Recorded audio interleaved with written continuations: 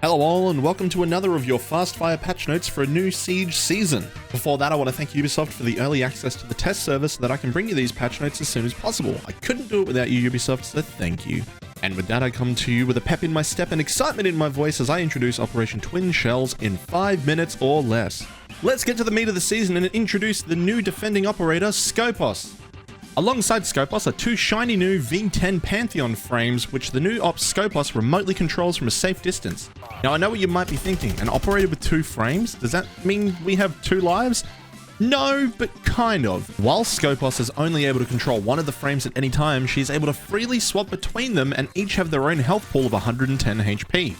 The frame not currently in control by Skopos will instead act as a form of bulletproof camera, deploying a shield in front of the frame and allowing teammates to scan and use like any other camera. These frames can't be healed by Doc or Thunderbird. I mean, come on, they are robots after all. Whilst in control of your active frame, if you were to be eliminated, you'll be unable to control the second frame, so it doesn't act like a second life. If your inactive frame is destroyed, then you'll still maintain control of your current active frame.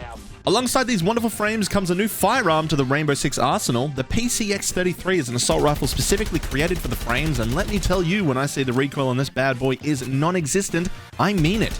I can't wait to get my hands on this one in the live servers. Alongside that, she has the P229 as a secondary firearm and access to impact nades and proximity alarms. Moving on to other news, Year 9 Season 3 brings with it the introduction of the Siege Cup, which alongside Ranked is introducing new packs and a new form of currency to earn. Siege Cup is a 5-man tourney-style playlist that will have you fight through the ranks of people near your squad's matchmaking level to duke it out for Siege Cup exclusive rewards. Additionally, competitive packs are exclusive to Ranked and Siege Cup playlists and offer exclusive items for the season they're earned in.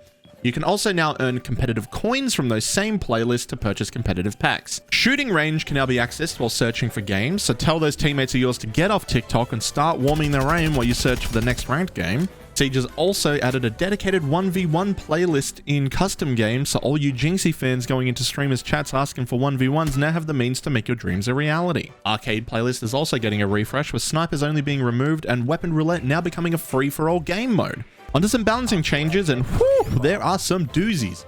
Part 2 of the Solus balance is here. Now, on top of her no longer being able to use her gadget during prep phase, she's now losing the ability to identify which gadget is being scanned unless using her new overclock ability. She has access to 3 of these, which she gains over time, and when used will deplete the battery fully but show Solus which gadget she is looking at. Any other time, she will only see a hexagon in its place. Additionally, she can now only spot gadgets that are within the borders of her gadget as shown here.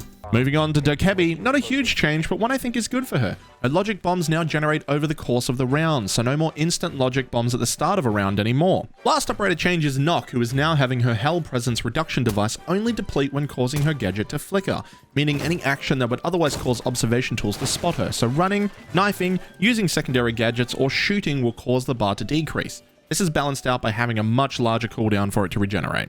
2 smaller changes for secondary gadgets. Claymores will now instantly explode instead of having a short delay to prevent any kind of trickery to avoid their explosion. And proximity alarms will no longer provide points for activation, so unless you're nearby to hear it go off, say goodbye to those proxy C4 kills, Sentry. Drones are also getting something new, a need for speed. Any and all drones, including Brava's Clutch, Twitch's Shock, and Echo's Yokai, are now equipped with a speed boost function. You have 3 charges that you can use to accelerate to trick attackers and defenders alike when trying to set up those drones during prep phase, or racing back to site to Yokai stun a planting attacker.